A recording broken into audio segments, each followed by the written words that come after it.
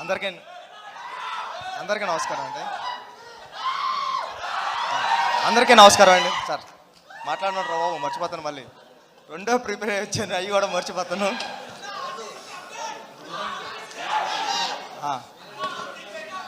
బాగుంటుంది సినిమా, చూడండి. సార్ అందరికీ నమస్కారం అండి. ఉపేంద్ర గారు, నేను మిమ్మల్ని చూడడానికి వచ్చాను, మీరు కాల్ చేసిన వెంటనే పరిగెట్టుకు వచ్చాను. ఎందుకంటే నేను బిగ్ ఫ్యాన్ సార్ మీకు.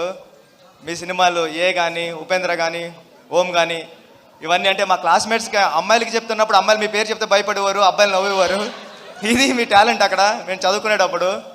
అంటే ఏ సినిమా చూస్తుంటే సినిమా స్టార్ట్ అయిన 15 మినిట్స్కే ఎండ్ కోట్ పడుతుంది, అలా రాయాలని ఎవరికి రాదు. సినిమా అయిపోయింది అప్పుడే అన్న ఫీలింగ్ వచ్చింది సార్.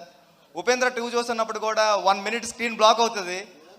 అయిపోతుంది ఏంటి, వెనకాల ప్రొజెక్టర్ సినిమా ఆపేసారా అని చూస్తే లేదు, మళ్ళీ అక్కడ స్టాప్ చేసి చూసారా 1 మినిట్కి మీరు ఎలా డిస్టర్బ్ అవుతున్నారని మళ్ళీ కట్ చెప్పడం మొదలు పెట్టారు మీరు. ఇలాంటి ప్రయోగాలన్నీ ఎన్నో చేశారు సార్ మీరు.